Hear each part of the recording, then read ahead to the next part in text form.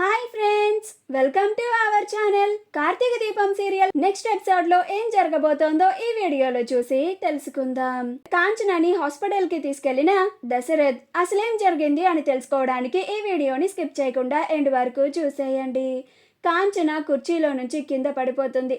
అలా తన తలకి దెబ్బ తగిలి రక్తం కారిపోతూ ఉంటుంది. ఆ పరిస్థితుల్లో కాంచన కార్తీక్ ఫోన్ కి కాల్ చేస్తుంది. కార్తీక్ మొబైల్ ని ఇంట్లోనే పెట్టి మర్చిపోయి వెళ్ళిపోతాడు. అప్పుడు దీప ఆ కాల్ ని లిఫ్ట్ చేసి మాట్లాడుతుంది. ఆ కాల్ మాట్లాడుతూ కాంచన స్పృహ కోల్పోతుంది. అలా దీప ఎలాగైనా కాంచన దగ్గరికి వెళ్ళాలి అని చాలా కంగారు పడుతూ వెళ్తూ ఉంటే అప్పుడు పారిజాతం, జ్యోత్స్నలు ఇద్దరు అడ్డుపడతారు. దీప ఈ విషయం కార్తిక్కి చెప్పాలనుకున్నా కానీ కార్తిక్కి చెప్పనివ్వకుండా అడ్డుపడతారు. అలా జ్యోత్స్న కార్తిక్ని ఆఫీస్కి తీసుకెళ్లిపోతుంది. దీపని బయటికి రానివ్వకుండా పారిజాతం కాపలా కాస్తూ ఉంటుంది. ఇదంతా తెలిసి దశరథ్, అమ్మా దీప, నేను వెళ్తాను, నువ్వు కంగారు పడకు అని దీపకి సైగలు చేసి కాంచన కోసం దశరథ్ ఇంటికి వెళ్తాడు. అక్కడికి వెళ్ళి చెల్లెమ్మ చెల్లెమ్మ అని పిలుస్తూ ఉంటాడు. ఒక్కళ్ళు కూడా పలకరు. ఇదేంటి ఒక్కళ్ళు కూడా పలకడం లేదు, ఇంట్లో ఎవరూ లేరా అని చూసుకుంటూ వెళుతూ ఉంటే కింద కాంచన పడిపోయి స్పృహ కోల్పోయి ఉంటుంది. అలా కాంచనని చూసి దశరథ్ ఆశ్చర్యపోతాడు. చెల్లెమ్మ చెల్లెమ్మ అని కాంచనని లేపడానికి ప్రయత్నిస్తాడు. అప్పుడు ఎంత లేపినా కానీ కాంచన మాత్రం అస్సలు లెగవదు. అప్పుడు దశరథ్ చెల్లమ్మ చెల్లమ్మ అనుకుంటూ కాంచనని ఎత్తుకొని కారులో కూర్చోపెడతాడు. అప్పుడే అనసూయ మార్కెట్ నుంచి ఇంటికి వస్తూ ఉంటుంది.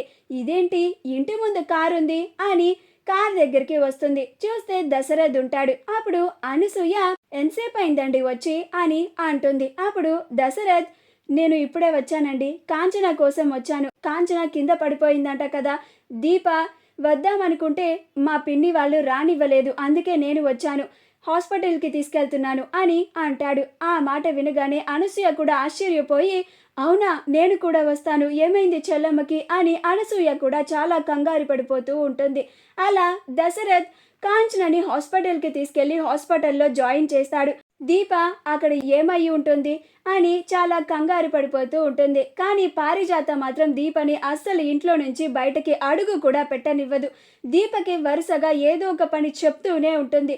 దీపకి పారిజాతం వాళ్ళు చేస్తున్న దానికి చాలా కోపం వస్తూ ఉంటుంది. అలా దీప కార్తీక్తో చెప్పడానికి జ్యోత్స్నకి కాల్స్ చేస్తూ ఉంటుంది. జ్యోత్స్న, ఈ దీప చాలా తెలివిగా మా బావకి తెలియడానికి నా నెంబర్కి కాల్ చేస్తుందా అని కాల్స్ని కూడా ఆన్సర్ చేయదు. అలా దీప అనసూయకి చేయడానికి కాల్ చేయబోతూ ఉంటే అప్పుడు పారిజాతం, ఏంటే దీప, పని చూడకుండా ఇలా ఫోన్లు మాట్లాడుతున్నావేంటి అని అనసూయకి కాల్ చేసేలోపు ఆ మొబైల్ని లాక్కొని కాల్ని కట్ చేస్తుంది. అప్పుడు దీపకి ఇంకా చాలా కోపం వస్తుంది. అసలు మీరు మనుషులైనా అమ్మ, ఒక పక్క కాంచనమ్మ గారు కింద పడిపోయారు, స్పృహ కోల్పోయారు అని అంటూ ఉంటే మీరు నన్ను అసలు బయటికి వెళ్ళనివ్వడం లేదు. కనీసం ఈ విషయం మా బావతో చెప్పడానికి ప్రయత్నిస్తున్నా కానీ మీరు చెప్పనివ్వడం లేదు. ఇలా అడ్డుకుంటున్నారేంటి? ఒక మనిషి ప్రాణం అంటే మీకు అంత లెక్క లేకుండా పోయిందా అని మండిపడుతూ ఉంటుంది. అప్పుడు పారిజాతం, ఏంటి నా మీదే అరుస్తున్నావు? ఇదంతా నాటకం ఆడుతున్నావు. ఇంట్లో పని తప్పించుకొని బయటికి వెళ్ళడానికి ఇదంతా డ్రామాలు చేస్తున్నావు నువ్వు అని అంటుంది. అప్పుడు దీప, ఇలాంటి విషయాలు కూడా అబద్ధాలు చెప్తారా అమ్మా అని అంటుంది. అప్పుడు పారిజాతం, ఎవరు చెప్తారో లేదో నాకు తెలియదు కానీ నువ్వు మాత్రం ఖచ్చితంగా చెప్తావు, నిన్ను నమ్మడానికి అస్సలు లేదు అని అంటుంది. అప్పుడు దీపకి చాలా కోపం వస్తూ ఉంటుంది. ఈలోగా కార్తీక్ ఫోన్కి దశరథ్ కాల్ చేస్తాడు.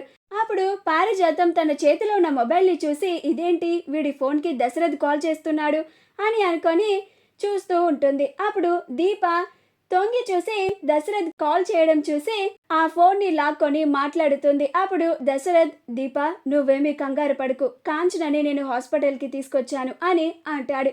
అలా దీప కుదుట పడుతుంది. మా వీడియో కనుక మీకు నచ్చినట్లయితే లైక్ చేయండి, షేర్ చేయండి, మా ఛానల్ని సబ్స్క్రైబ్ చేసుకోండి, పక్కనే ఉన్న బెల్ ఐకాన్ని క్లిక్ చేయడం మాత్రం మర్చిపోకండి.